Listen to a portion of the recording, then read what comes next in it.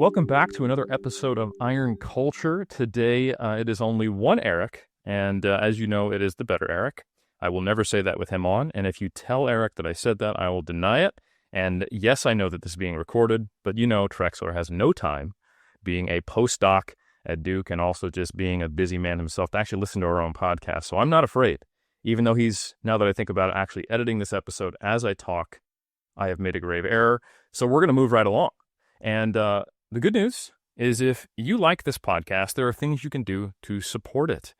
First off, this is now Iron Culture presented by Mass. So if you are interested in making sure that we have more awesome episodes of history, science, and culture, and in this one we've got all three, then please do consider supporting us. Check out massresearchreview.com and also support the podcast itself. 5-star ratings are appreciated. Thumbs up are appreciated. Shares are appreciated. All of these things.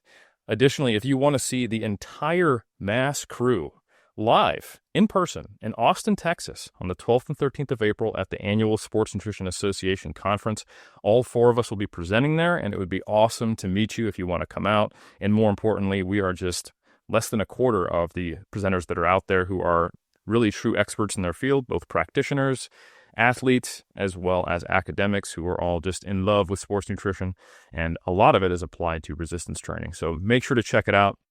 We'll have the link to that in the podcast notes. And without further ado, I would like to introduce one of our older guests who I would actually say is a host as well, coming over from the obelisk to the pyramid. I'd say you're a guest host, Connor. Would you agree with that? So I'm just so caught up on the idea. Have you adopted mass holes for the subscribers yet? Or is that... No? Mass what? Mass holes? Like, you know, so people from Massachusetts, you would call them a mass hole. But I'm just wondering, has Mass as a subscription service? You could do a premium mass hole level. Also, thank you for the glowing introduction. Sorry, it burrowed into my brain, like within about 5 seconds of the opening, and I just couldn't shift it. Great to be back, Eric. Thank you. See, Connor, this is why you're a guest host, because I can't trust you to come on here and not say things.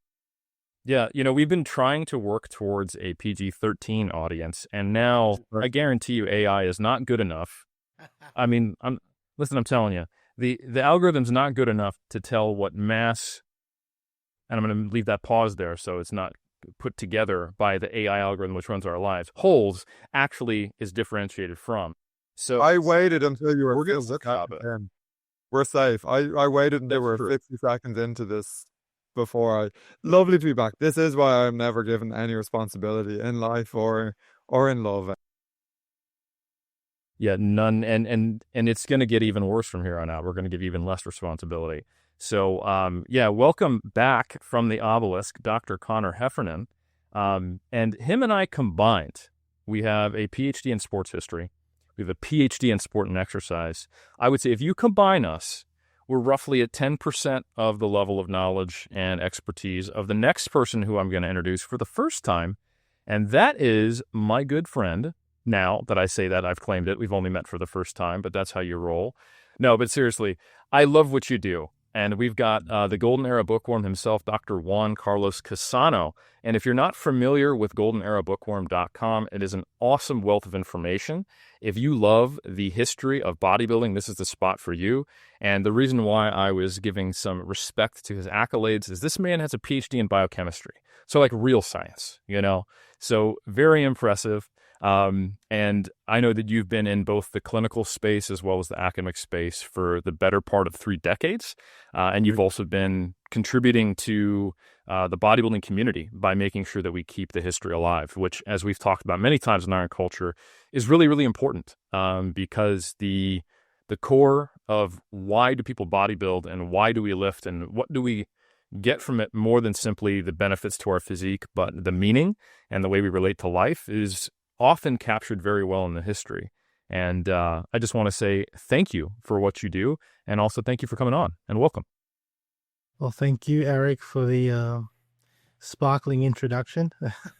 And I'm just glad to participate in any way I can. Well, hey, awesome. So I'm glad you are participating, and I love when we can connect things like the history, the science, the culture, and we have a historian on. We've got myself, I guess, just hosting. I'm somewhere in the middle of it all. We've got an amateur historian in and of yourself, and all of us are involved in academia. So I think it's going to be a unique perspective.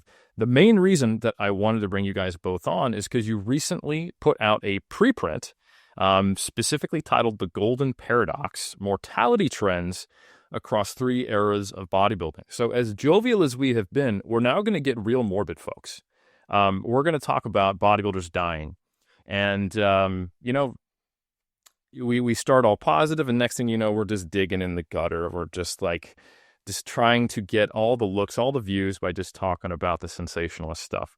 But in all seriousness, no, I think this is really interesting because you'll see a lot of counterclaims as to the potential danger of PED use.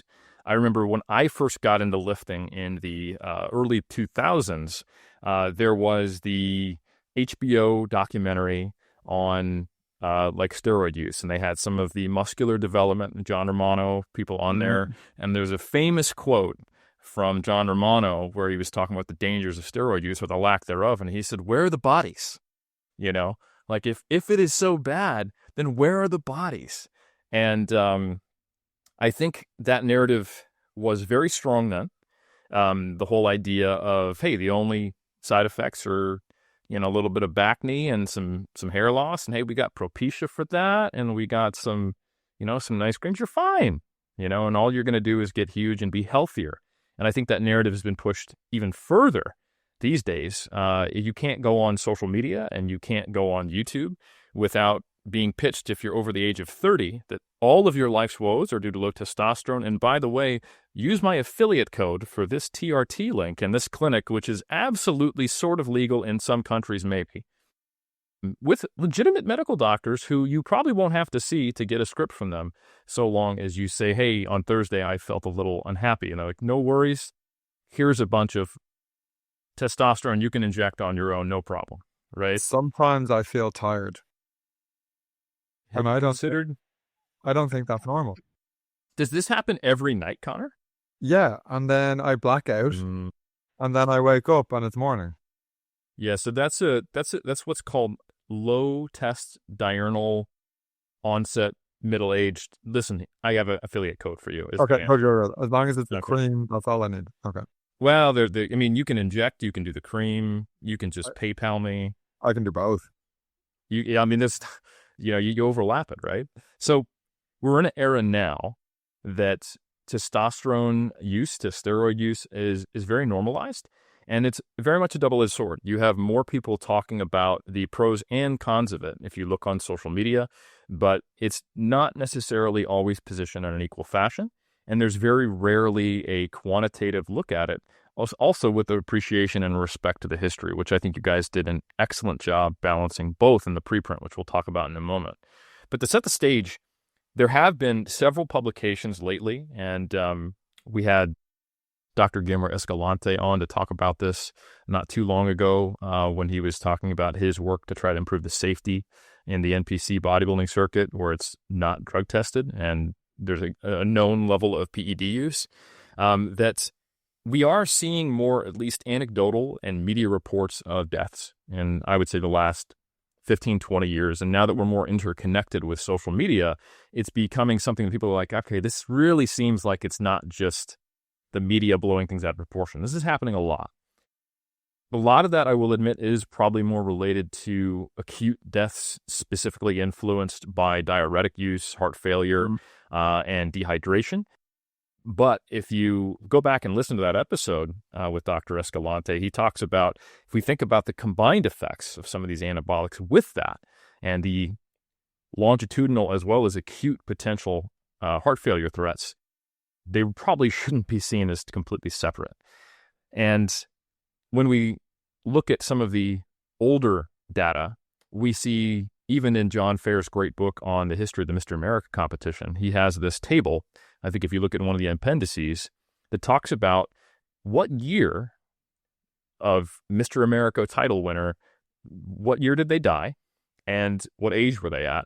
And you see this pretty clear trend of the ages just decreasing as you get into the 80s and 90s and onward.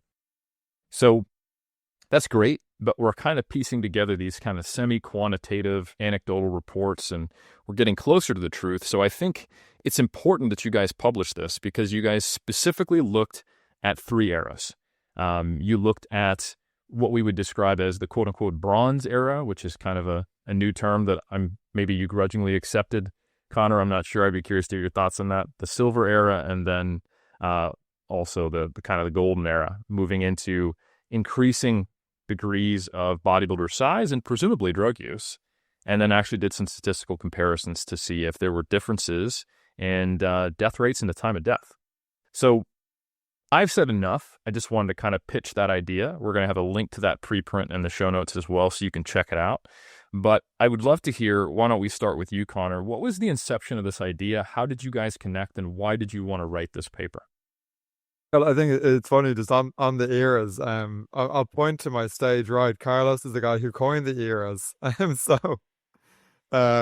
is why we sort of stuck with that split, because I think people kind of instinctively know it now from online cultures.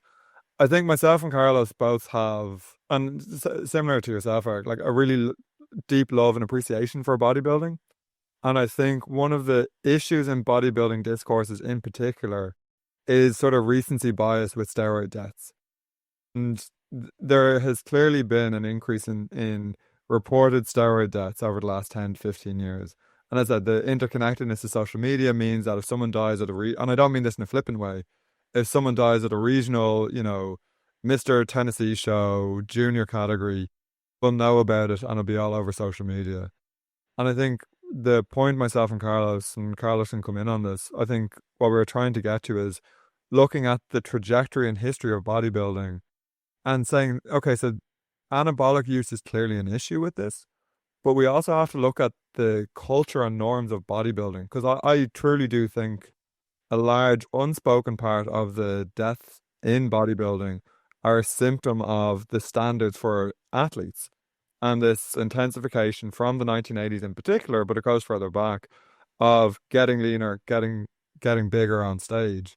And that's a much harder conversation for the sport to have, because that brings in issues of athlete welfare, of judging standards, of potentially regressing to improve athlete welfare. And I think this is the thing, if you talk about diuretic use, the diuretic use is in response to judging standards and norms and this need to get leaner on stage. So I think one of the things for me that's so interesting is to introduce a factor into the conversation that isn't just like Nancy Reagan, just say no. And even among untested communities, it's like, oh, well, they were using, insert compound here or insert label here. Everyone knows you don't do that. But I think we need to sometimes take a step back and look at what is the culture of the sport.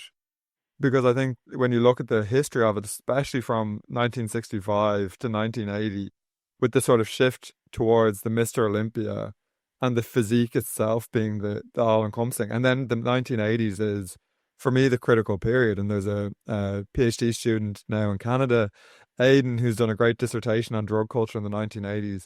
But the likes of Rich Gaspari showing up on stage with striated glutes, which I know I've talked about before, completely changes the game. The 1980s, when calorie counting becomes really normalized.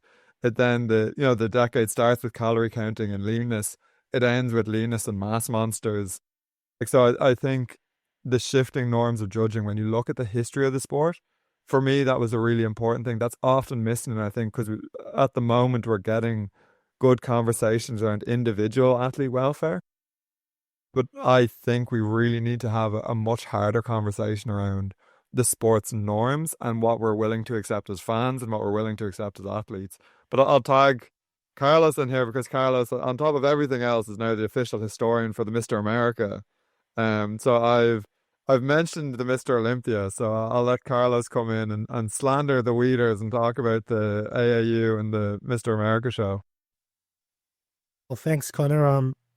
I mean, just to add to what you've said, I think it's great to firstly hear that everyone has adopted my definition of eras. I just spoke to Jerry Brainham actually yesterday, who's also adopted those. So it's actually quite nice.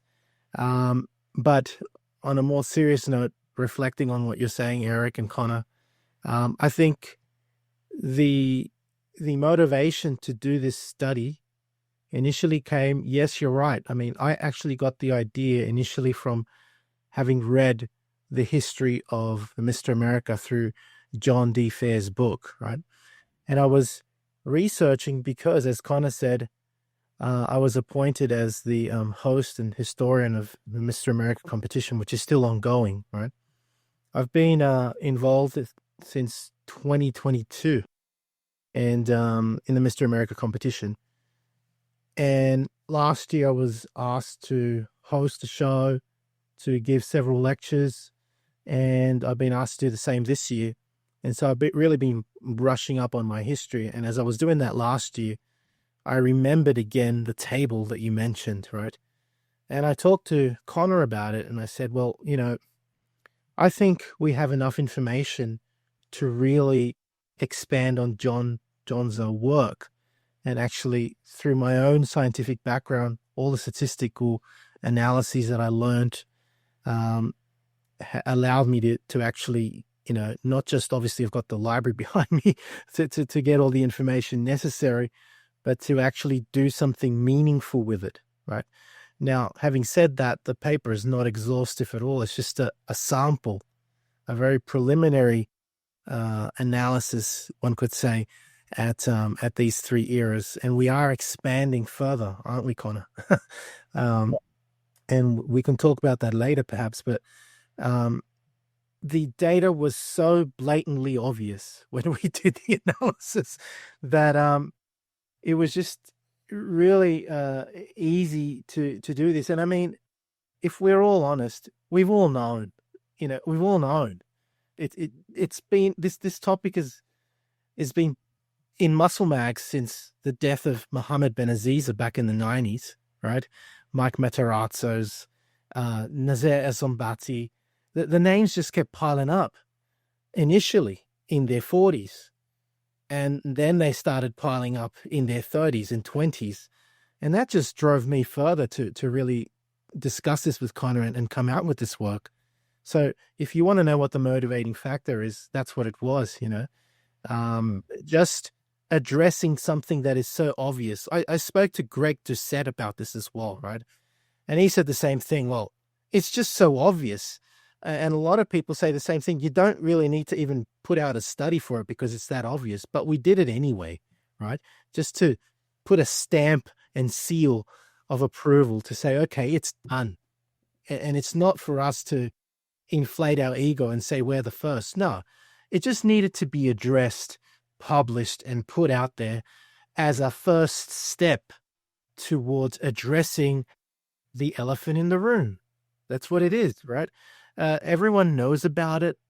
Everyone's like, oh, the media comes out. We'll talk about it. We'll do a couple of videos. We'll do a couple of articles. But that's as far as things get done, No, my idea is more that this needs to stop being talked about in the gym locker room, and it needs to actually be talked about amongst academics. Because once it reaches a higher level of interested peoples, it will actually then be talked about with a greater purpose and with a greater meaning. And my personal goal is that this gets talked about amongst not just academics, but amongst the medical community, because it is the medical community that can actually do something about it.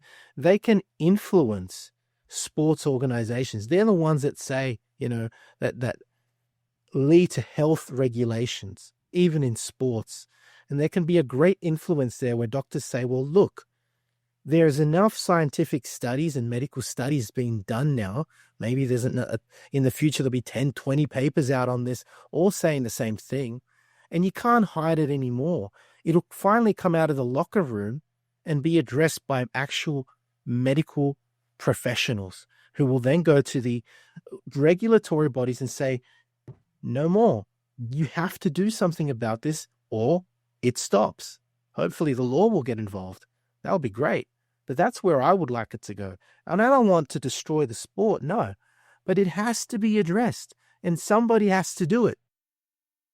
And I think that was something we were very keen on saying that this isn't an anti-drug, an anti-steroid paper. Like, apart from bodybuilding, I'm a fan of World's Strongest Man, World's Strongest Woman. I love Robbie Oberst's interview on Joe Rogan when he's like, do they drug test? He's like, they check for weed. And like, you know what I mean? So, I mean, I'm under no illusions about a lot of the sports and certain powerlifting that I watch and Olympic weightlifting, depending on the nation. But I think it's shifting that conversation into one of the culture as opposed to the individual athlete. And it is trying to, I think, catch it before it turns into a moral panic, because there's a broader context against this, that there is a rising tide in the fitness industry. There's more people going into bodybuilding and powerlifting and, strength activities and CrossFit and high rocks and all these different things.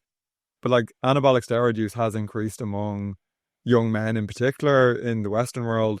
Certainly in Northern Ireland and the UK, it's become a predominantly big issue. And a lot of academics aren't studying it. A lot of physicians aren't looking at it. The increasing use of peptides are outstripping people's knowledge and familiarity with anabolic steroids and performance-enhancing drugs. So there is probably going to be a moral panic around steroid use in fitness and bodybuilding, because there always is a moral panic. And then we got this like fitness pushback, where are the bodies? Now we'll probably say something else next time around. But it's just interesting because we have had efforts to change things. So if you look at, the early 1990s, with the changing of anabolic steroids legal status in the United States, you have bodybuilding attempting to clean up before it gets sort of, targeted by the federal agencies. So Vince McMahon, and one of many Vince McMahon legal discrepancies, he's running the World Bodybuilding Federation in the early 1990s, trying to overthrow the Mr. Olympia. This is bodybuilding meets professional wrestling. Gary Stridham is the champion. Look it up on YouTube. It's just wonderfully wrestling in many respects. But the second WBF show, they say we're going to do the strongest, most stringent drug testing the sport has ever seen. We're going to get all the guys on the anabolic diets, or the cyclical keto diets. Why does Mike Quinn look, completely out of shape? He blames it on the anabolic diet. But the Weeders, to their credit, or, you see failed tests at the Arnold, you see a supposedly natural Mr. Olympia, strongly drug tested Mr. Olympia. And the athletes don't like it, and the fans don't like it. And the next year, it's slowly just pushed to the margins. And they kind of get a get out of jail free card, because the FBI targets Vince McMahon and the WWF at that time. So Vince is kind of taking all of the flack for steroids and in these sort of, performance and aesthetic sports. But the 1990 Mr. Olympia, I think, is a really interesting and telling moment within the sport, because it's before really we get the spate of high profile deaths. And fans and athletes both revolt against it, and organisers revolt against it. And we're now at a moment where we've never really had an attempt to temper or slow down the progress within bodybuilding. Like, whether we like it or not, someone like Big Ramy represents progress in bodybuilding, because how do you get someone that big and that lean on stage? That is a sign of increased, efficiency, or whatever you want to call it, within the sport. It's the Olympic motto: bigger, faster, stronger. But we've never had an opportunity to pump to just slow down a little bit. And I think that productivity treadmill in bodybuilding, where you have to be leaner, you have to be bigger, that is causing problems. And I don't think the sport is able or actually capable of self-regulating that. Even if we look at, classic bodybuilding, was it Devin Hester was the first man to win the classic division? And if you look at Hester in that first year of classic versus what we have now, and you see, if we look at physiques in its first year versus what we have now, or board shorts versus what we have now, the sport fundamentally has a problem with recognizing the limits to progress, or the limits to growth, to use terms from other fields. And it is maybe something that needs outside regulation for athlete safety. And I think that's the thing that myself and Carlos were interested in. Yeah. It isn't a don't just say no. It isn't a drugs are bad. It's actually if drugs writ large are bad in sport, let's be honest, powerlifters, strong men, strong women, and Olympic lifters would be dying at a rate of knots. There's something else in the cocktail that bodybuilders are using and the competition that they're competing in that is making bodybuilding more potent than strength sports themselves. And I think that was maybe some of the ethos that we're trying to look at. As I said, we are expanding it now. We're trying to get a bigger data set, trying to get sort of bring it into the modern age a bit more. But one of the problems we're having with the modern age is separating the different divisions. Because, in our paper, we're looking at the elite, the people who've won the Mr. America, won the Mr. Olympia, or in the Bronze Age, like a Sandow or a Hackenschmidt, there's like genetic elites. But the popularization of bodybuilding of all these different divisions, the IFBB is an international organization. There are so many splinter federations and so many deaths going unregulated or unreported. That is quite a hard thing to reckon with. And I'd be interested to get your thoughts, Eric, obviously, because natural bodybuilding often swims in the wake of untested bodybuilding when it comes to physique standards. And, the biological imperative to be as lean as possible in natural bodybuilding comes as a consequence of really Rich Gaspari showing up with shredded glutes in the 1980s, and like shredded glutes for a natural competitor. It's equally hard for both, but, there's chemical assistance that one person can rely on that the natural shows can't. So I'd be interested in getting your take on that, because natural bodybuilding is obviously, I think your way around it. Yeah, no, that's a really great background. Thank you both so much for all that context. And it's an interesting thing to look at this from a contemporary lens, because as we know, all things have become a bit more siloed, and because media is no longer disseminated through the same channels, we have almost parallel experiences that someone can have in the same era. I think this is probably most exemplified in American politics and the quote-unquote culture war. But this echoes into all arenas. And you can have two people in the sport of bodybuilding who have extremely different perspectives. And I'm going to provide a counter-narrative a little bit to what you guys are seeing. But at best, I want to acknowledge at the front end that this is a pocket of bodybuilding where perhaps it's a pleasant place to live, but it doesn't negate the fact of what's going on in other parts of the bodybuilding. So there's some really interesting things happening right now, and only time will tell, as that's the way history works, as you guys well know, where this pans out. But bodybuilding as a whole is on the rise, and natural bodybuilding is growing tremendously. Just as an example, I had the pleasure of judging last year at a show in Taiwan for the WNBF, World Natural Bodybuilding Federation. And there was a typhoon going on that prevented some of the international competitors going through, and they were only able to have 380 competitors over this 2-day event.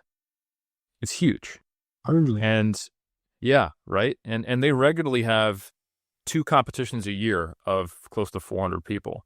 And I think most emblematic of the fact that natural bodybuilding is on the rise is the decisions that the NPC/IFBB Pro League have made recently to create a parallel side of tested natural bodybuilding within their federation.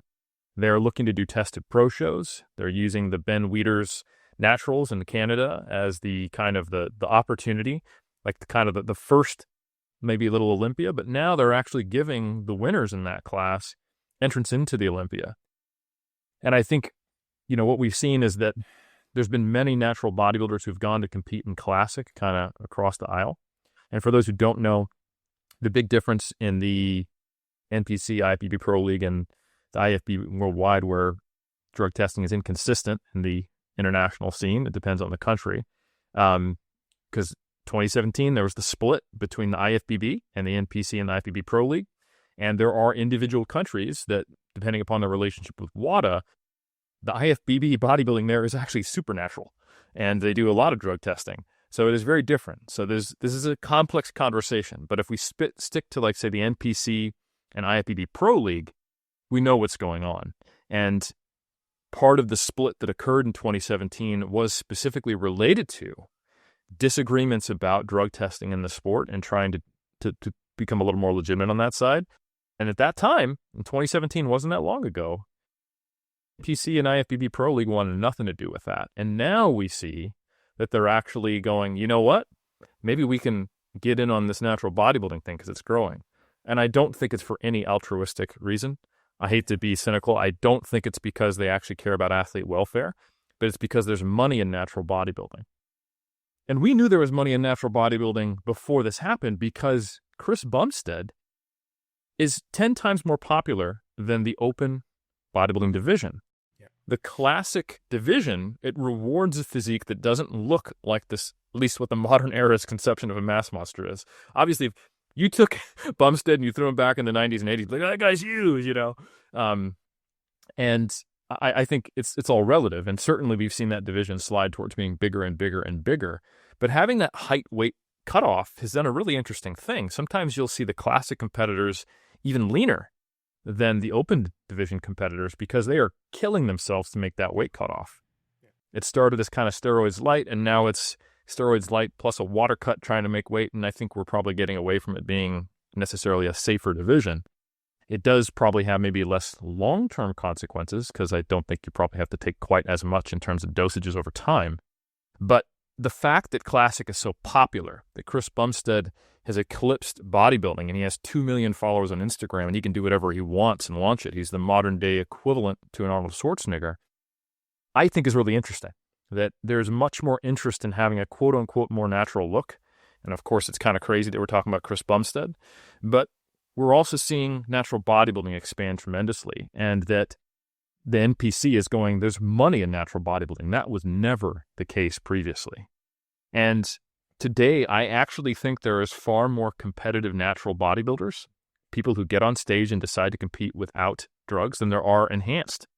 If you look at all the different federations across the world, the number of competitors, the show sizes, when you add it all up, there's actually a growing interest in competing drug-free. At the same time as there being an increase in society of drug use. So it's this really interesting parallel. Another thing that just got announced, the National Academy of Sports Medicine, they have a bodybuilding certification that Dr. Escalante led, and he is collaborating with them. They're a large personal training certification in the U.S. Myself, Dr. Trexler, and many others who are academics in the sport and exercise space, specifically for physique sport, contributed to this. And that partnership, it signals an interest in towards potentially doing more for athlete welfare. I don't know if this is in response to the Washington Post making it really seem like the NPC has no interest in that. I don't know if it's simply a lucrative business deal between the two. Again, when it comes to the NPC IFBB Pro League, I'm pretty cynical about it, and I'm someone who is, I contributed to that, and I'm glad it's happening. Don't get me wrong. I want trainers to be qualified and understand safe use models and risk and, thinking about the holistic experience of the competitor. But to answer your question, Connor, I think there's reason to be optimistic. And I think there are spaces to operate where you can, I think, have a much healthier approach to the sport.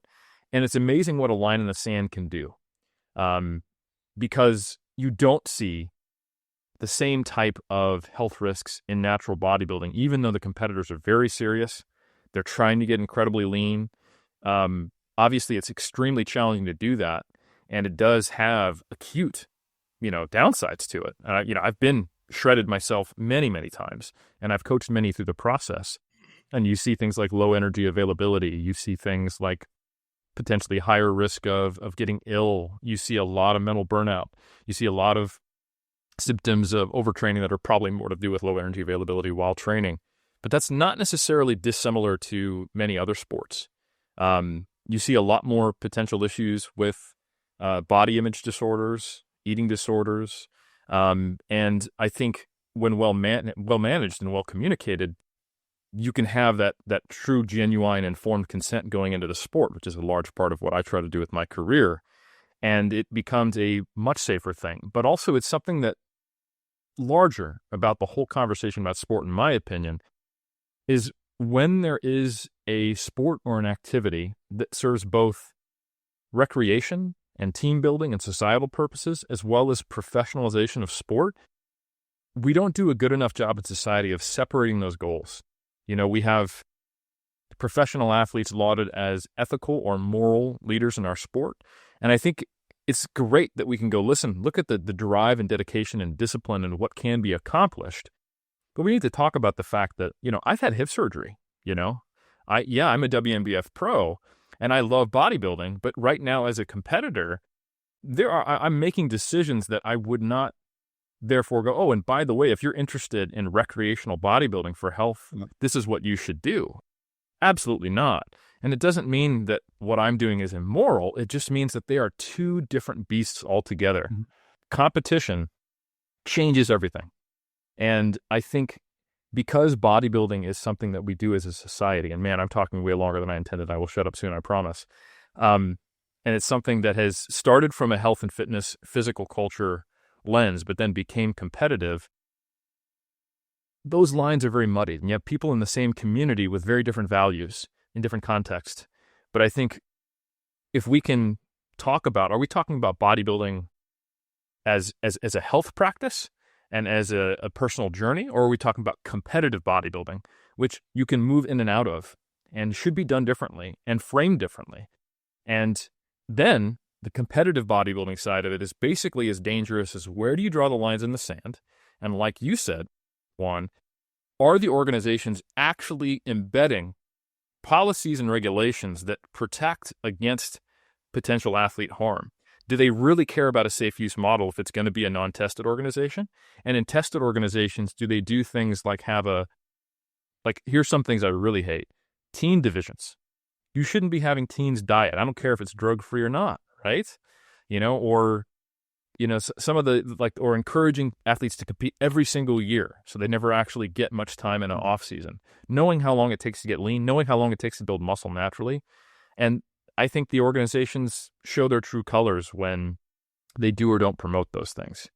So all that to be said, we have to think about the incentives and what are we embedding in the structure of these organizations, and also where's that line in the sand drawn. And I think there is hope to be had for the fact that natural bodybuilding is growing substantially in a contemporary fashion. Ironically and strangely, you have to hold both in parallel to the increase and lower age of use of anabolics, SARMs, peptides, and just how accepted it is. People are learning more about how to do it, the risks, but also the benefits. And a lot of the times it's not necessarily a well-weighted display of both. So I'll leave it at that to answer your question in a very, very long-winded fashion. Ever the academic. No, but I think it's a good point. And, it's something that I talk about, and like Carlos's opinion on this, but, I often talk to students about this, the history of it. I talk about the Overton window of physiques.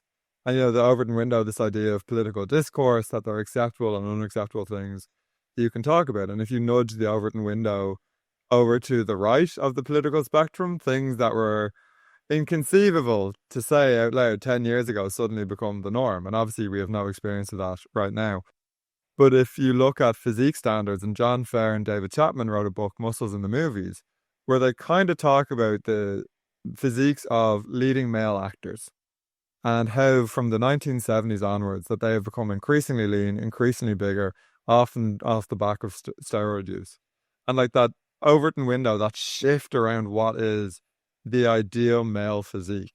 And I think there is a potential issue that, as you say, Eric, we don't have that split between competition and recreation. And competition writ large is not equated to health. It doesn't matter if you're a competitive football player, a bodybuilder, a powerlifter. I have a student at the moment who does archery and she has really bad arthritis in or tendonitis in her elbows. It doesn't matter the sport. Competition is not health, and it's something that even the ancient Greeks knew about. But we don't distinguish the two. And we do a very bad job of distinguishing the two. And even, if someone wants to look bigger or get leaner, they'll look at Chris Bumstead, as he said. He's an incredible ambassador for the sport. But he does engage in those extremes to be the best that he can be. And obviously that comes with a great knowledge of body transformation. But I think it does muddy the waters around, in that context of increasing steroid use among sort of gen pop, recreational bodybuilders. And I think this is one of the things that, my fear for untested bodybuilding is that it will become that early 90s target, because there will be that moral panic around recreational users adopting professional or elite or competitive dosages, because that's where the information is coming from. And that's when the sport gets a target on its back. So while Chris Bumstead is a really great ambassador for the sport, I think we need to do a better job of distinguishing between advice for elite competitors and what the recreational user needs to have. Because for me, the two worries from this paper, or, you know, the two worries that sort of underpin this paper, one is athlete safety, which I think needs to be at the forefront of any conversations, but moving it away from individual blame or individual critique and looking at from a organizer's perspective and from a sporting perspective. And you've already touched on that, Eric, about potentially not encouraging, you know, annual entrance or, you know, entry into 2 or 3 or 4 competitions a year, or having, like MMA does sometimes, you know, we're checking the weight the day before the competition, the day of the competition. Like, there are things that could be structurally done within the sport, I think, to improve things. But the second is actually, I think bodybuilding untested bodybuilding has the potential to have a target on its back when we know that recreational PED, SARM, peptide use is increasing, and people are looking towards that untested bodybuilding culture for information. And we know, and we have stories, admittedly mild, panicky stories, about people using a prose cycle that they've put out into the community with adverse health outcomes. And I think, much in the same way that the early 90s bodybuilding realized, oh, there's outside eyes on us right now, we need to clean up. There is a potential for an outside agency to come in with a wrecking ball. It just takes immediate panic. And I think at the moment, like, bodybuilding media is passing over a lot of these tragedies. It just needs a Dateline, you know, ABC, NBC, and it being picked up for the sport to actually have a real reckoning. So I don't know, Carlos, if you want to come in on that, but I think they're the two issues that worry me. Well, I mean, I think right now is a good time to talk briefly about the history and how it relates to contemporary bodybuilding. Firstly, before I get into the history, I want to talk about, again, I spoke to Jerry Brainham about this. Let's look at the introduction of steroids, right? And you had basically that occurring in the very early 60s, late 50s, we can argue, right? Regardless, if you read the books from Arnold, Franco, Frank Zane, whatever, right? They mention the use of steroids. And for the most part, they will argue against their use for recreational use, right? Which is what we're basically talking about. Basically stating, you know, unless you're a competitive bodybuilder, you shouldn't be using steroids, right? But in all honesty, when you're talking about bodybuilding, most people, I hate to put it this way, are driven slightly by vain. They want to look better than what they currently do. It's not for an athletic endeavor. It is because they literally want to look better. And I'm not saying that's a bad thing. I'm just saying that's where the motivation comes from. So they will look to advice where they get it from, because it is such a hush-hush topic, right? Now, when I was talking to Jerry about it yesterday, we both agreed that the reasons why they were so downplaying their use, which they still do, right? If you've read the Men's Health article where Arnold came out and said, I only use tests and Dianabol, I mean, come on, right? Anybody that knows a little bit about the history of Arnold's steroid use knows that he was majorly downplaying what he actually really used for the Mr. Universe and Mr. Olympia competitions, right? And so, although that may have worked 50 years ago, and this is what Jerry and I agreed on, Bill Pearl, Arnold Schwarzenegger, Frank Zane, all of these guys downplayed their use, and we believe that it was because if the public, and especially young people back then, knew what they were using, that they would probably want to copy them, like many do nowadays, right? They were basically trying to avoid what is happening right now, right? What was going to happen decades later, right? And that is at least our opinion. We're trying to give them the benefit of the doubt, that they were trying to prevent adverse effects in young people, right? But guess what? As we are right now seeing, the only people right now that are trying to achieve an extraordinary physique are searching for information. Now it's all over the internet. And what are they doing? They basically take whatever information is out there. And if it's given by a pro, they will follow it because they want to look like Chris Bumstead. They want to look like this dude or that dude. And so herein lies the problem.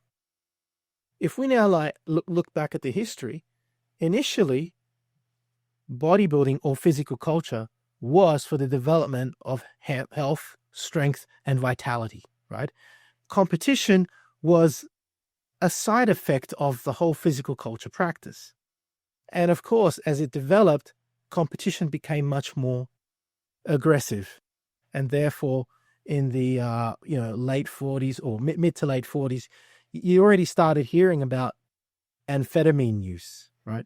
You've got the letters from John Grimmick already asking, how can I get an edge? Is testosterone any good? This and that.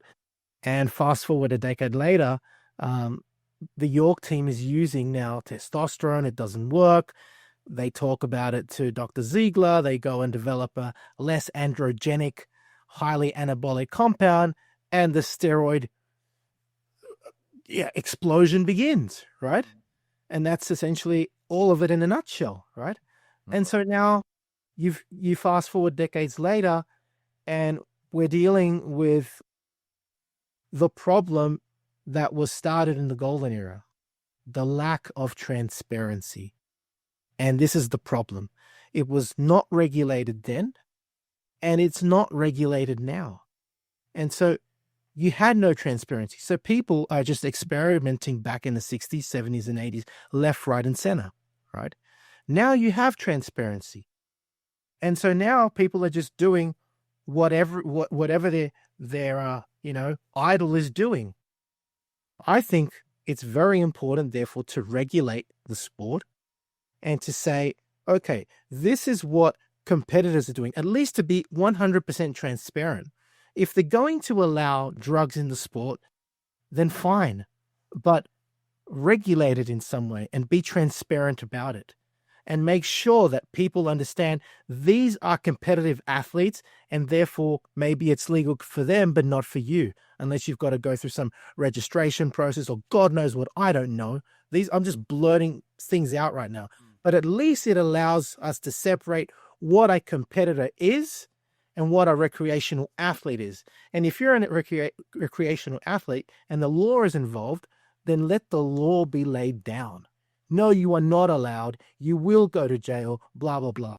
And maybe if you had that separation, transparency and separation defined, maybe you would have less recreational lifters going off to do that. I don't know. That's just what I'm thinking right now. Well, I think that's it. It's interesting, if you want to talk about saying it, but making sure people don't read it. Frank Zane discussed the drug protocols in a poem. Yes. And I'm like, how do you make sure the average American will not read what you've written? It's like, put it in a poem. There you go. Even if it is on the nose. No aspersions cast on my friends across the water. But it is a pretty big ocean, so I feel safe. The other thing, let's see. But to your point, Carlos, and I refer to Aidan Hughes, who wrote a really great master's dissertation on Dan Duchesne in the 1980s, because how does steroid use or steroid dosages really get democratized?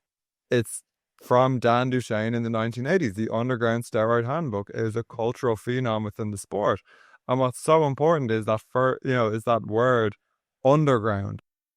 And so for people who don't know, Dan Duchesne, bodybuilding coach, drug guru from the 1980s, early 1990s, he publishes a series of newsletters, He publishes the Underground Steroid Handbook, which despite being, this small, gritty book around steroid use, becomes probably one of the most talked about things within the industry in the 1980s. Put it in your little pocket like that. Exactly, yeah, and you could share it, and pages would be ripped out, and people would look at it and they'd write down the advice, and then that piece of paper would go into the next gym, and it's this incredibly popular thing, which Aidan talked about so beautifully, and the dissertation's available freely online. But that kind of sets the tone, I think, for a lot of the the professionals, because what this Underground Steroid Handbook does is it makes it undeniable that the professionals are lying to you. Yeah. But it also says, I know the truth. me, Dan Duchesne, and what's Dan Duchesne, the critical thing about his background is I've self-experimented and I've experimented with others and I am telling you what's happened. So you have Dan Duchesne speaking with the confidence of someone who's not an exercise scientist or a scientist within academia. Because the thing that pisses off the public around academics is all of us are, well, it's a little bit more nuanced. We need to be careful, which is true because it's a scientific method, but people want certainty. So you have Dan Duchesne coming out with certainty at a time when steroid use, it'd be very hard for an exercise scientist or a physician to do the kind of studies that a bodybuilder or someone who wants to modify their physique to extremes ethical committees would never accept it. That's one problem. But this is the problem, that you have Dan Duchesne, and really online social media discourse around drug use is a descendant of Dan Duchesne, and it's certainty and it's short term, but also it's oftentimes to the extremes. Because if anyone wants to know how extreme Dan Duchesne is, read the Body Opus diet, which is this incredibly technical, cyclical keto diet with huge amounts of, it's all these things. It's so complicated to the point of insanity. But I think there is that point of democratizing drug information is probably for the better of the community, but it's who democratizes it, and the culture of that democratization brings in the trouble. Because really Dan Duchesne's, influence on the fitness industry has been to make steroid use more open, make dosages more open for the average male or female bodybuilder, because that's who he was publishing for. But it was done in a kind of Steve Mitchell-esque, this is the Mr. America champion whose motto was intensity and insanity, or intensity or insanity. But that's oftentimes where I think the cultures lie. And you're right, Eric, about being positive about the growth of natural bodybuilding. But I do think untested bodybuilding, often suffers from either intensity or insanity, throw caution to the wind. But also, if we're being honest, the certainty of the bodybuilding guru and the certainty of the drug uses and the certainty that the cocktail that's being ingested by the athletes is okay or is safe. And even I've been very deliberate not to name names. It's like a McCarthy communist trial. It's a deep cut for anyone who understands American history. But there have been a lot of bodybuilding coaches come under flack from the online community, and oftentimes the discourse is, oh, well, the athlete added in something into the compound that I wasn't aware of. So there's all of these competing things within the sport, but I think we have to, and this is, I think, the main impetus for what Carlos and I were saying. The problem with deaths in the industry, it's not a problem of the last 10, 15 years. It's a decades-long problem that it is increasing in its intensity. And I think to start to try and unpack some of these issues, you need to look at where they originated from, but then also the half steps.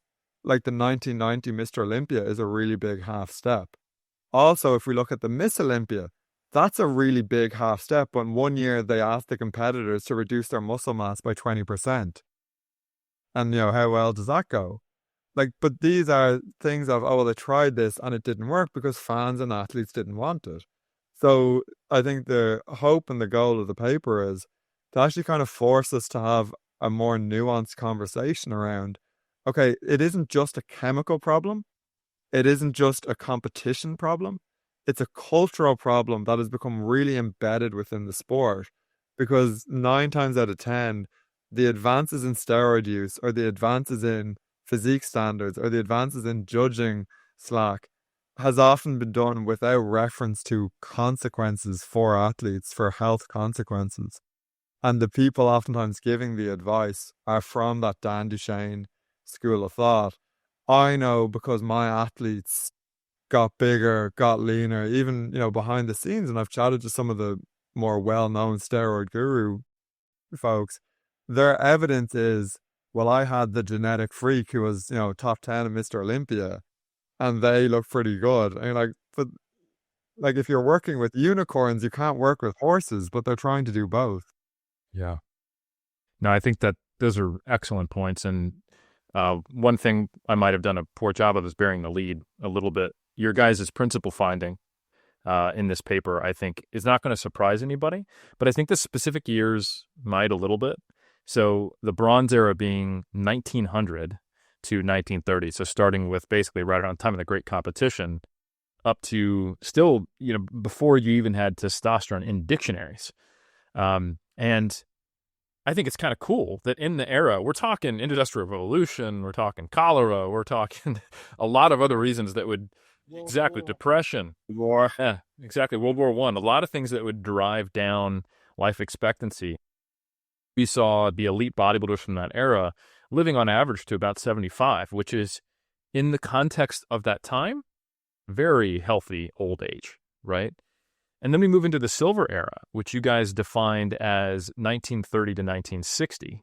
And now we see this pre-drug, but still, I would say, contemporary modern era, post-industrial revolution, and the major medical breakthroughs, at least relative to today, are in place. We haven't seen huge changes in, like lifespan is always confounded by infant mortality rates and things like that. But now we have bodybuilders dying at the age of 80. Right? And lifespan is still going up, don't get me wrong.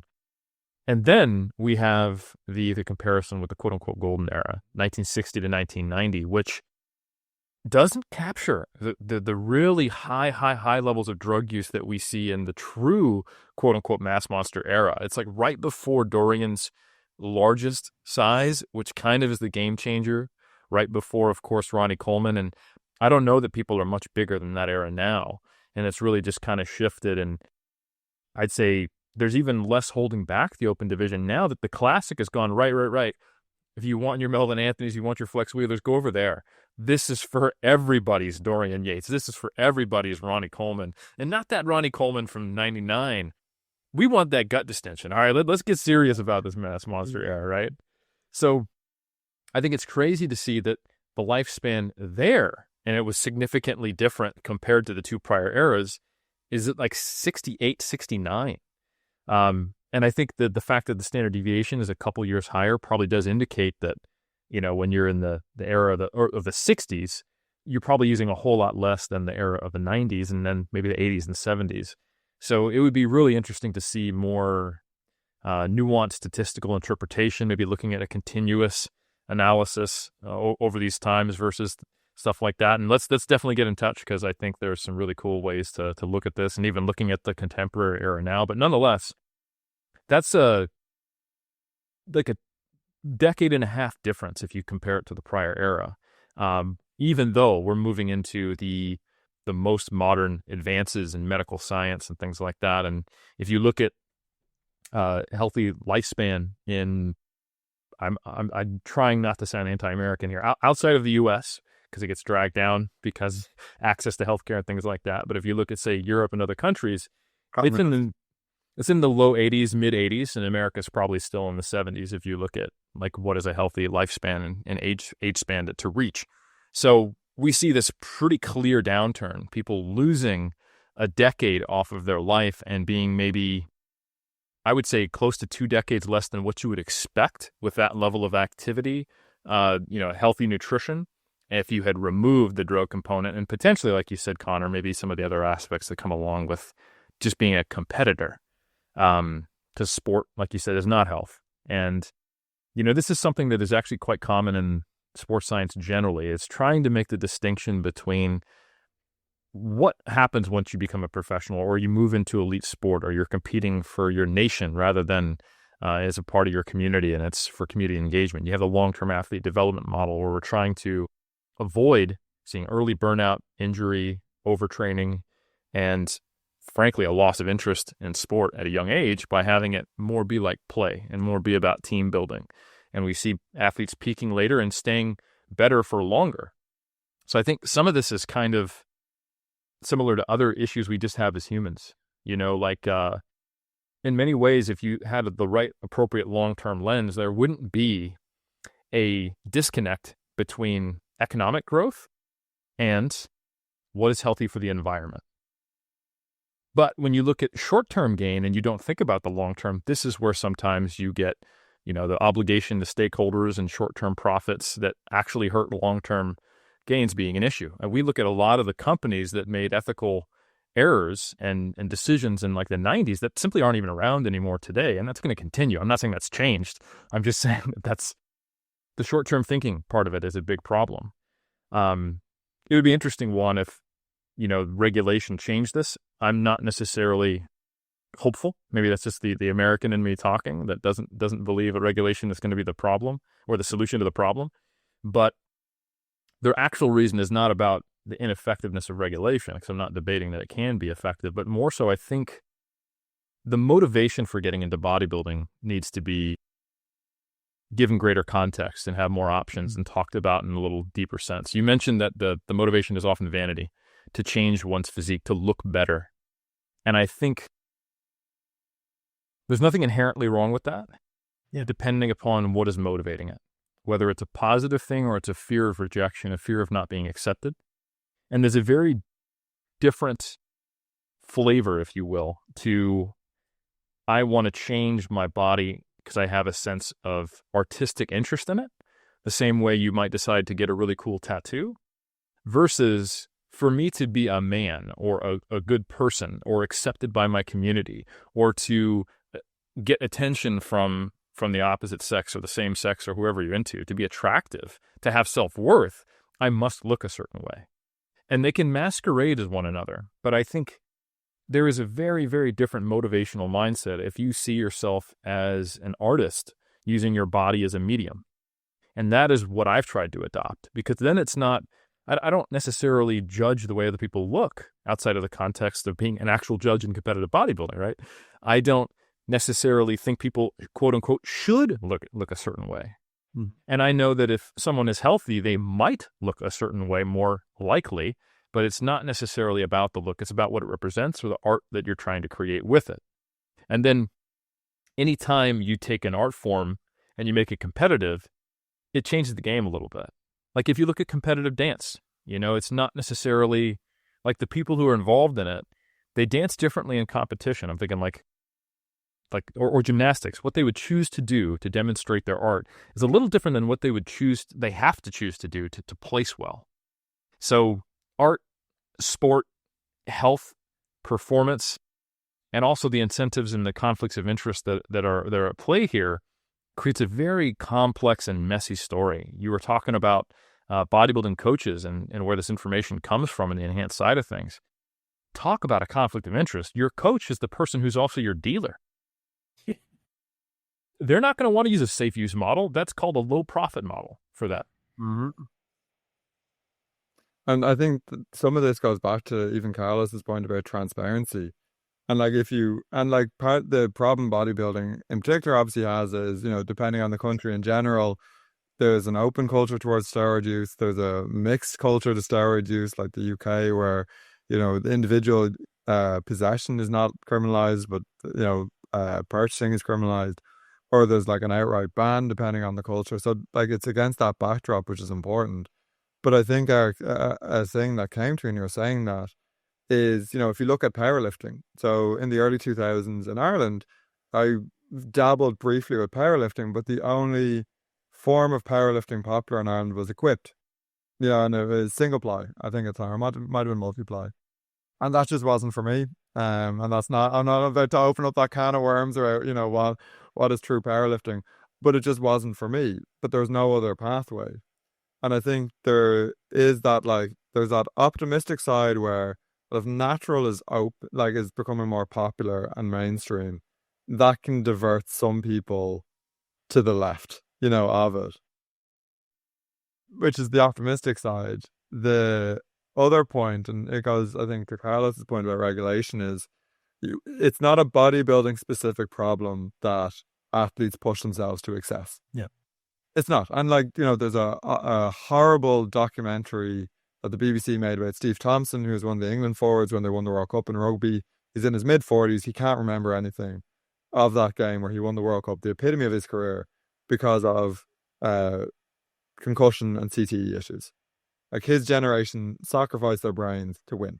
Now, they didn't do it knowingly, but it is that Goldman's dilemma. If you were to ask a lot of them again, I suspect a lot would say, well, that's the athlete identity, all these sociological ideas. But it's where regulation comes in. It's where, there's the sit it out campaign now in a lot of sports that if there's any hint of concussion whatsoever, the athlete sits it out. It's, enforcing, which, depending on the martial art in general, it's enforcing strict weight standards to avoid dangerous water cutting. It's that outside regulation and saying, we know you want to be the best that you can be. And sometimes that will mean pushing yourself to excess. We're going to be the adults in the room and say, yes, you can be the best that you can be, but within these constraints. Within these constraints. And I think, that's something that it's a conversation that's not being had in bodybuilding. Even if you look at the whole HGH bubble gut thing, where you have Arnold on stage with the winner of the Arnold complaining that he has a bubble gut in Arnold's opinion and demanding that he does a vacuum. But there's no substantive conversation then the following year. It's just, well, I'm going to criticize that athlete because I think that their steroid use has lessened their physique in some way, shape, or form. But I think the constraints piece is something there. And this is where I think Carlos is so fascinating as the historian of the Mr. America.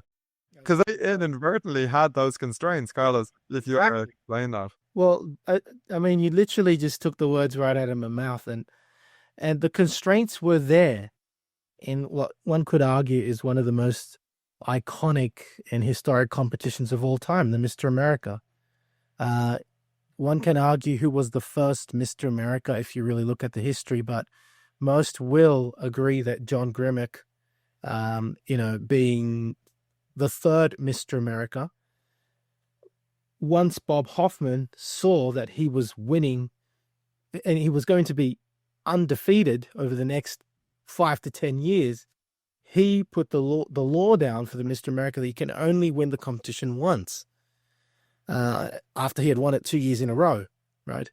And in such an extreme sport like bodybuilding has become, where obviously steroids, the judging standards, the use of diuretics, and God knows what other practices these guys are, and girls are doing, right? I think it would make a lot of sense to put such a constraint. You want to be Mr. Olympia? Fine, or Miss Olympia or whatever. How about we stop these legacies, right? This is another problem with bodybuilding that started essentially with even as early as after John Grimmick. Well, you had in the universe, Reg Park, Bill Pearl winning several universe titles, right? And then into the Mr. Olympia was the ultimate exaggeration of the legacy. Larry Scott 2 years in a row. Sergio Oliva 3 years in a row. Arnold 6 + 1. Frank Zane 3. Then we got to take it to another level, don't we? Lee Haney 8 years. Dorian Yates 6 years. No. Ronnie Coleman 8 years. Phil Heath 7 years. So this legacy issue is another problem. These athletes have to come bigger and better every single year. And if you put those constraints, perhaps these athletes wouldn't have to, push their bodies to the absolute limit of human ability, until they basically die, and this is just what I think is also needed. How about they reintroduce that? You can only win, maybe one is too little, maybe 3 years in a row, and that's it. You're out. You're done. Give somebody else a chance. Because remember, if you don't give somebody else a chance, everybody else that's behind you is pushing themselves as well to try and beat that other person who's developing that legacy, right? And so that puts even more pressure on everybody else, and that's what I also loved about, I had that conversation with who was it the other day, but I can't remember now. But what was being said was, you have all these people who are spending thousands of dollars on all of these drugs and all this pre-competition preparation, right? But how many actually win? One, right? And that's the thing. The judges don't care. The organizers don't care about what's going on around this legacy, around this person At the end of the day, when Phil Heath was coming on stage, everybody knew he was going to win. Same with Ronnie, same with Dorian. What about everybody else? What about all that collateral damage that occurs, right? What about all the lives that are being destroyed in the process? And if you had perhaps these constraints, maybe these people wouldn't have to push themselves so hard. Just say, people would have that chance and then leave for the next person. Maybe you'd have a reduction in deaths. That's one possibility. I think it's such a tricky thing because obviously bodybuilding has it's the free market, in the sense of athletes, it's sport. Yeah, we can't, I'm a Leeds United fan. I'd love if the 20 teams in the Premier League, the division above, were all put into bankruptcy and, then suddenly Leeds can come up. But you're right, bodybuilding has had constraints in the past. And obviously Carlos, Mr. America, used to have an athletic component, used to have a personality component. It's not unheard of for bodybuilding to have constraints. It's called natural bodybuilding. Yeah, it's called natural. Yeah, it's called natural. The biggest taboo of them all. Not using steroids. What a novel idea. But I think, the sport has precedence with, there have been constraints in the past. There have been WBF and Mr. Olympia shows and Arnold shows that have drug tested. There was a brief period in the 90s when diuretic testing became somewhat stringent. And it's funny, there's a journalist working on steroids at the moment, Jamie Miller, who's a brilliant writer, and he emailed me and he asked, when did they stop testing for diuretics? Because he's looking at the 90s and early 2000s. I was like, it just kind of fizzled from public discourse. There was a few high profile pops, and then they're like, we'll just, After everybody got pissed when Mike Ashley won the Arnold, and you had a natural guy win, and they're like, hold on, this should have been Sean Ray. No, we got to fix this. Yeah. This and we can't stand no more. Even I think Jay in 2001 sued them because he'd been disqualified, or threatened legal action because he'd been disqualified, and it comes back in. But it is this thing of there have been half-hearted measures to constrain the sport, or in some cases, and people will always complain about that. But in this sort of cultural moment, to use a very tired cliche, that we have right now, I think there needs to be conversation about constraints. And it's not the first sport to have had this conversation. I'm a huge fan of rugby. I'm a huge fan of MMA and boxing. There are conversations around constraints in all of these sports. And bodybuilding, potentially for too long, has had unfettered, access to do whatever you want, as long as you show up on stage sub 5% and plus 270, give or take, if we're talking about the open division. And we have constraints in classic and physique, and as you said, Eric, they kind of, have health benefits, as it's steroids light. It's still more steroids than the average, man or woman, but that constraint matters. And I think this is the thing for open bodybuilding, but also just across the board, because, there are more high-profile deaths of non-open competitors than there are the open competitors themselves, because we have to accept that the open competitors are genetic freaks. And I mean that from a place of absolute love and respect and enthusiasm for the sport. They're the 1% of the 1% who train their asses off, who have the best genetics, who respond the best to these steroids. Yeah. But we need to think about the sort of tree or pyramid, of bodybuilding categories. I love that Millhouse-esque eyebrow raise. So I think, which is definitely an audio feature, I think there is maybe a need for a conversation on constraints, because, we said off the back of this paper, we deliberately stopped before the mass monster age. Mm-hmm. We deliberately stopped before most of the conversations around drug use and bodybuilding being a problem emerge. So what does that say around the sport? It's saying that for decades, there has been this issue that we like to push aside and say, well, the individual athlete they were reckless with their drugs. They used something that they shouldn't have used. But there's something around how we organize the sport. There's something around how we protect athletes that isn't in line with other sports, which is all the more ironic, because arguably the people responsible for this in some capacity. Not, I'm not blaming them, but Joe and Ben Wheeler, when they start the Mr. Olympia, and the whole discourse is, well, we're not, you can compete as much as you want, bigger, faster, stronger. You know, the Olympia is what everyone understands as the showpiece of the sport. But they also wanted it to be an Olympic sport. And Ben Wheeler spent decades trying to get it into the Olympics. Yep. So, you know, if we want it to be a sport that's sustainable and safe for competitors, we need to do what other sports do. And other sports, they have the competitive rules, but they also have the athlete safety rules and margins. And that's the piece that's missing, I think, at the moment. And if I may, Connor, I'm going to actually inject a bit of optimism in this specific arena. You brought up powerlifting earlier, and what it was like. And it was not that long ago at all that the kind of the West Side era was contemporary powerlifting. Enhanced, multiply, super heavyweight powerlifters were the voice of the powerlifting community. They were the iconic view of the powerlifting community. And how much has that changed in the last 10 years? Tremendously. There's a really cool paper, and I just pulled it up, that was done. And this is just a little bit of a snapshot of it, but it's actually representative of how much powerlifting has grown.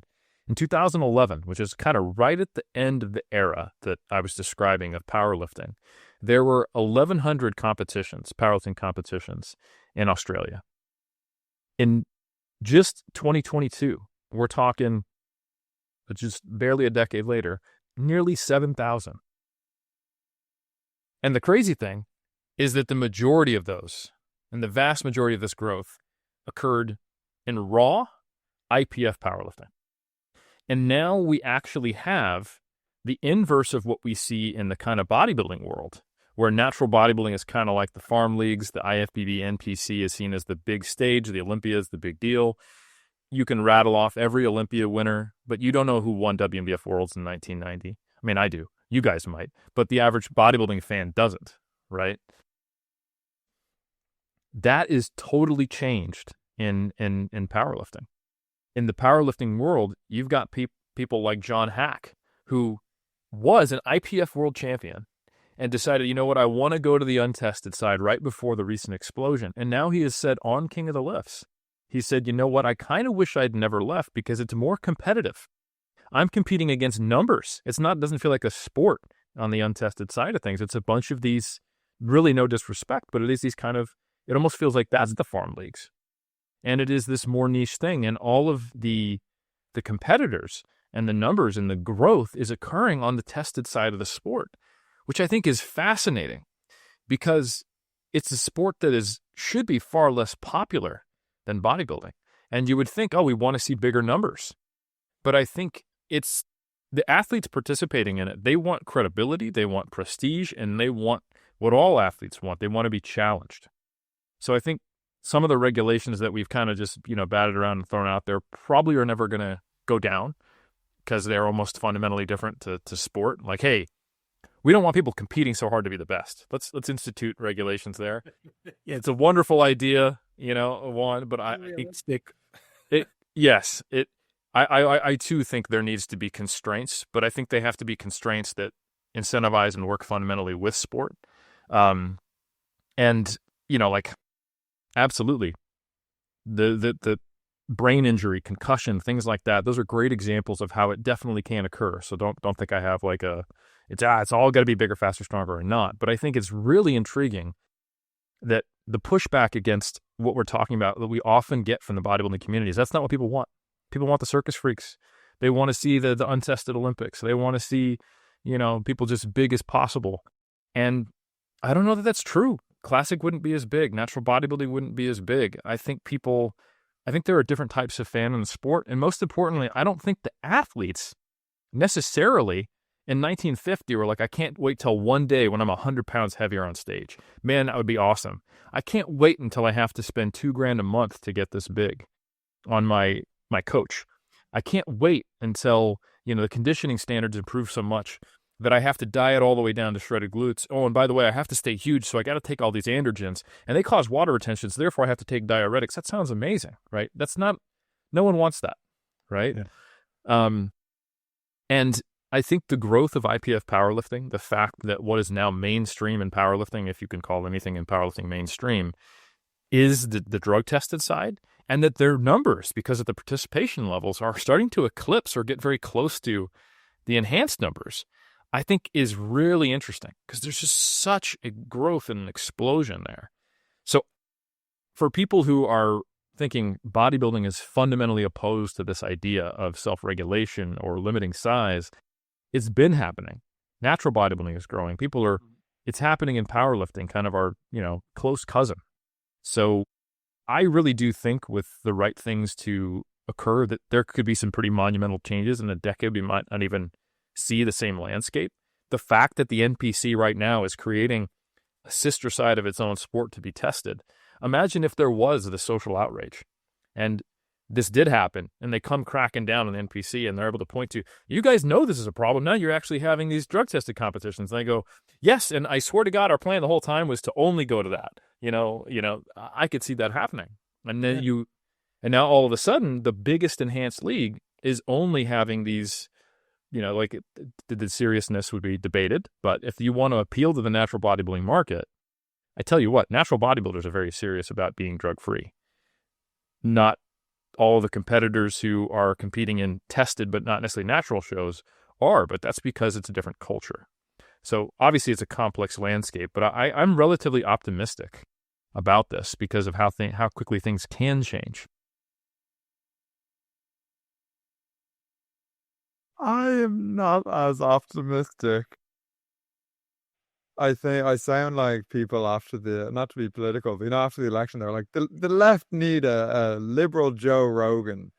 And I'm like, the natural bodybuilding community needs like a tested trend twins, and I know there have been some people of that ilk, but I just think, and this goes back to sort of cynicism, and you've been very candid about this, Eric, about, your social media use. That if it's a shredded picture of you, you could be reading the back of a brand cereal. And, you're going to get huge engagement and great engagement. I will watch regardless. But if it's topless, it's all the better. But, we know that there is an incentive for people who are selling. And because the economics of bodybuilding are what they are, most athletes need to be salesmen or women as well. And there is an incentive for them to have the best possible physique that will get the most eyes on them. So there is often an incentive to be candid about one steroid use. So I think I think that's always operating in my mind, that fitness entrepreneurs have largely been shysters in the round. There's good shysters, there's middling shysters, there's bad shysters. So I think there's my cause for concern is that. I think you are right. Sport is driven by narratives, and natural powerlifting, or raw powerlifting, pardon me, is so interesting right now. Well, both, yeah. It's so IPF is both. Because of narratives. It's because of the competitions. It's because of people pushing. And even if it's lifts that we've seen that weight being done before, it's the narrative of, will they beat their competitor on the platform? Bodybuilding itself thrives by narratives. I just think that untested bodybuilding is such a rarefied sport in not having those guidelines for what it fundamentally is, which is a weight cutting show. It's a weight cutting sport that doesn't have the same sort of medical interventions that other sports have to safeguard athletes. So I think that's maybe one part of it. And then there is the longer culture, which has embedded in athletes and coaches. And there are so many threads to unpick, which is why it's such a difficult problem. Because you have, as you said, fundamental power dynamics. Your coach is your dealer. You have judging standards that have evolved over time to habituate fans and judges and athletes to see size and leanness as, ever progressing. You have reactions and historical precedences where an organizer could say, well, we did natural in 1990 and no one wanted it. We're not going to do it again. There are so many threads to unpick that I think, for natural powerlifting to be the savior, which I would hope that it would be, it would need to massively punch through at the same time that I think untested bodybuilding, I think it needs to step up and be a sport. And to step up and be a sport, it means having those awful conversations. And unfortunately, we know from the history and sociology of sport writ large, the NFL only brought in concussion protocols when it was forced to, World Rugby when it was forced to, and it's coming under threat. FIFA is beginning to do it because it's been sued by former athletes from previous generations for years. unfortunately, it's like the airline industry where every regulation is written in blood. I think that, unfortunately there is a critical mass that has to come, and I think bodybuilding will ultimately have to figure out a way of constraining. Now, I'm not saying in a way that people say it stops it and makes it worse, but like you can still, I think you can constrain. It may change the physique in such a way, but not in a way that will be fundamentally different. Like when 1990 and Mr. Olympia or the WBF shows, the athletes looked fundamentally different from people's eyes. My reading of it is, as a sociologist and historian of sport, it needs some sort of intervention that allows athletes to push themselves as hard as they can, but within some guardrails that are protecting them. Because the culture of bodybuilding from the last, 60 years, the point of the paper is it has advanced a recklessness and going to extremes, and its intensity or insanity, which I think epitomizes so much. It's Dan Duchesne being the dirty, spitting sawdust drug coach. It's all of these things that have changed and evolved in the social media era. And I think natural bodybuilding is such an example of how the practices can be popular and can be safe, but its untested cousin, I think, needs to have a more introspective look at athlete safety that isn't at the moment just shifting the onus on the individual. I think it needs to look at the sport and the culture of it. And I'll be cynical with you for a moment. Let's say best case scenario, there is that alignment of the stars, a big social, drive and awareness of this creates some pressure, and there is actually a change in the sport.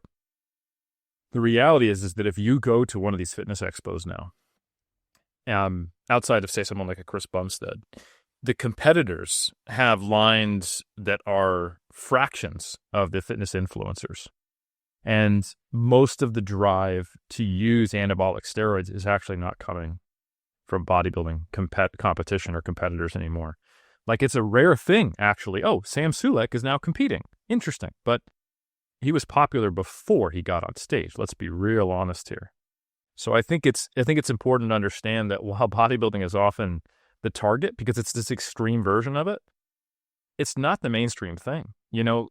Another example, while I do know that my physique drives more engagement, when I post pictures, or other people who are paying attention to this use pictures of me where I'm not in bodybuilding attire, when it's just in training gear or my shirt off rather than being in posing trunks, better engagement than when I'm on stage, right? Because bodybuilding is weird, right? Like, why are we flexing in a Speedo? Like, that's not the way I'm going to be getting the girls, or whatever the reason is for someone doing it.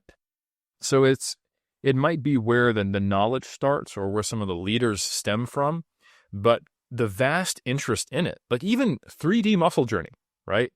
100% natural bodybuilding, where clearly all four of us competing, pictures of us all over the place. 70% of our YouTube audience doesn't compete.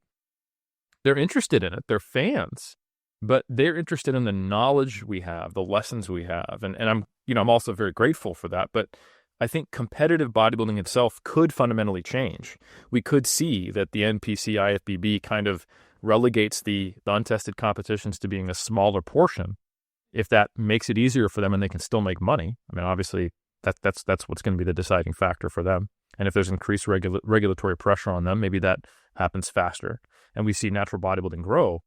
But I don't think that would change the fact that a lot of the influencers are still using a crap ton of gear, and some of them are able to get comparable physiques to some of the natural top lifters, but with less hard work because they're on gear. So I don't disagree. No, but you're right. I mean, look at Rich Piana, the road to 300.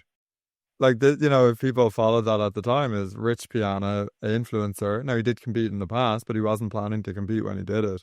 And people followed his drug and calorie increases over time to get 300, and then it began to increase. So they're like, there's a much bigger lacuna that we'll never be able to solve, which is fitness influencers and people who aren't competing, because that's just a different part of it. And to your point, Eric, and even Carlos, what you're saying, like, we've always had fitness for health, fitness for sport, fitness for consumption. arguably now, or lifestyle advice. Entertainment. Entertainment, like it is entertainment. Not really like it. A lot of it's derivative. It insists upon itself, if anyone is a Family Guy fan. But, you know, like, we'll never be able to solve that. But I think within the sport, there are things that can be done to solve it. But again, it is having to separate sport that isn't health. That isn't necessarily entertainment first and foremost. It's about people pushing themselves. I think this is where, like, these are complicated questions. They are. But they're not being had within mainstream bodybuilding cultures a lot of the time. They're not. They're an iron culture, though. Of course. Only the best. And yes. And what I do want to say is I appreciate you guys having this conversation, starting the conversation, doing the work on the preprint. And I want to be also respectful of your guys' time because it is late where you guys are recording from. One, I want to kick it back over to you. I want to ask you, what do you think are the things that we haven't necessarily covered that we've danced around, or what are your kind of your anything that you want to fill the gaps on, or kind of closing words to make sure this conversation continues? I don't really know, to be honest. We've talked about many things today. If anything, we only just talked about, I think, a big factor, and that's social media. I think that's just a whole lot of animal. And I don't know, I hate to sound almost dictatorial here, but, you know, a long time ago, knowledge was reserved for the nobles, so to speak, you know. And social media, the internet, has just literally let the genie out of the bottle. And again, I hate to sound like this, but in many respects, because the information is out there, it gives especially young people who, and I don't want to make them sound bad, but unfortunately many are inexperienced, ignorant, and way too young for their own good. And they will listen to the hottest influencer out there and just do exactly as they say, you know. And I think that's another thing that's driving irresponsible use and death. And the worst thing is that companies will take advantage of that. They go, okay, you Sam Suleks and Trent Twins and these guys have got millions of followers, so we're going to sponsor them to keep doing what they're doing. And we'll give them a code and they'll make us millions of dollars. So there's another animal that needs to be controlled, so to speak, you know, and that's a big gorilla we're talking about, you know, and it feeds on the feeble, ignorant, and naive minds of the youth, you know, who now have, you know, in this day and age of consumption of internet, of technology, of I want it now culture. I want it yesterday, even worse, right? Everyone has access to all of this information more, and I think access to money more than ever. We haven't had a world war in 80 years, you know? So people consume. We're trying, though. We're working on that. We're trying. We're working on it. Trying our best. But you understand what I'm saying, right? It's just such a time of consumption and acceleration that, and now that the youth have access to this, again, I don't mean to sound mean about this, but this is a whole other issue, you know. And just to close off on my point, when I went to the Arnold Classic last year, you know, it's supposed to be a sport and fitness expo. But I can tell you, I've never seen so many roided people in my life, right? Under one roof. Yeah. And you got, back then, you know, back in any expo, you had athletes celebrated. But now you've got athletes and, hey, special guests, this influencer and that influencer. And that's just going to bring more teens and more people. It's a money-making business. That's what it is at the end of the day. And if they can avoid regulation, they will for as long as they can fill their pockets. I don't disagree. Yeah, social media, death of the expert. No, it's I think we are reaching an inflection point there where on a global scale we are asking questions about, wow, how do we deal with disinformation and misinformation and lowering attention spans and the monetization at the same time as the democratization of information. Information is not good or bad. It is a tool, and tools are misused when you don't understand what you're actually seeing, or if you can't tell truth from fiction. So as optimistic as I've tried to be on this podcast, I don't disagree with you on that broader point. Yeah. I'll end with that. Well, Dr. Carlos, appreciate you. It's been great. Your work is very much appreciated. Definitely, guys, check out the preprint. We'll have that. Really good read. It's not just the data on the desk. There's an excellent, check it out, Cassano and Heffernan. There's an excellent section. The introduction has such rich history, and there's also even the history and evolution of bodybuilding in the paper. Even though it is a bit of a morbid topic, it's a great read for anyone who's an aficionado or interested in the culture and the history and also the science that's going on to this specific topic.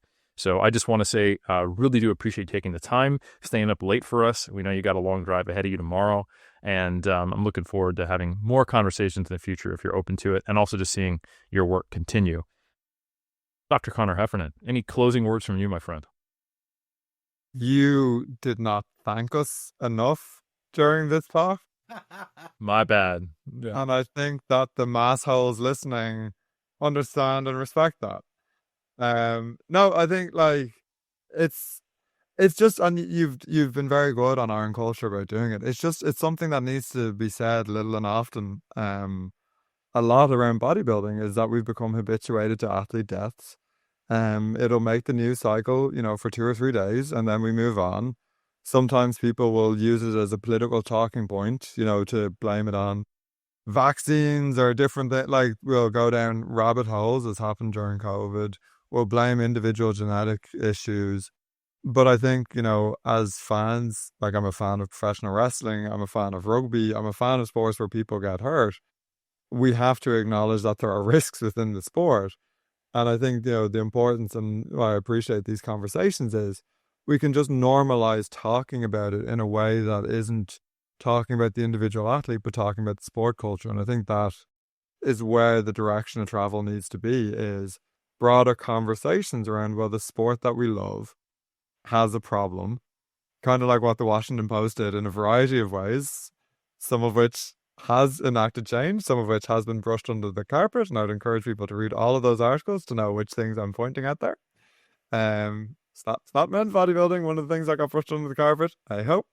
But I think the conversation piece is the most important thing, and it's not necessarily from a punitive way or a puritanical way. We accept that there are drugs within the sport. To quote something my wife says about my toddler, we listen and we don't judge. And we try and figure out, is there a way of making it safer for the athletes and safeguarding them? Well said. No, I think that's a great way to leave it. Thank you guys for being willing to have this hard conversation. We don't necessarily have the answers, but I do think the first step is to have these conversations and just make sure we keep a spotlight on the fact that physical culture did start with health. And I think even some of the most extreme fans of the chemical warfare that goes on in competitive bodybuilding, that really came down to it, and you ask them, do you think there's things we could do that still preserve that competitive razor edge, bleeding edge of the competition? Let's do everything we can, Rocky montage, while also safeguarding athlete health. I think the answer would be yes, and it doesn't take that much, because competitive natural bodybuilders are still some of the most insane competitors I know. But man, a few constraints in the right spots, and I say that speaking of myself too, makes a big important difference. And let me just say, I personally am glad that there was that option for me at a young age where I was not well formed and was well described by your description of some of the young people out there who are a little too young for their good. When I was, I think, 21 and first getting into this, I'm really glad that I came across natural bodybuilding, because I don't know where I would be. So to be 100% honest, knowing where my competitive drive would have taken me. So with that, folks, I want to thank you for tuning in to another episode of Iron Culture presented by Mass. I want to shout out both of my guests here. So big thanks for you guys coming on. There's another thank you. The Mass holes won't like that. And you had to wait until an hour and like 42 minutes in to hear me say it. So we buried it so that only the deep cuts are going to be heard. But thank you very much for listening. It is a teaser for the future that's not going to happen except when Conor Heffernan's on. But please leave a rating and review. Please give us 5 stars. Please share this around. And for those of you who want to see us in person, once again, definitely check us out at the Sports Nutrition Annual Conference in Austin, Texas on the 12th and 13th of April, coming up very soon. And we will see you on that next episode.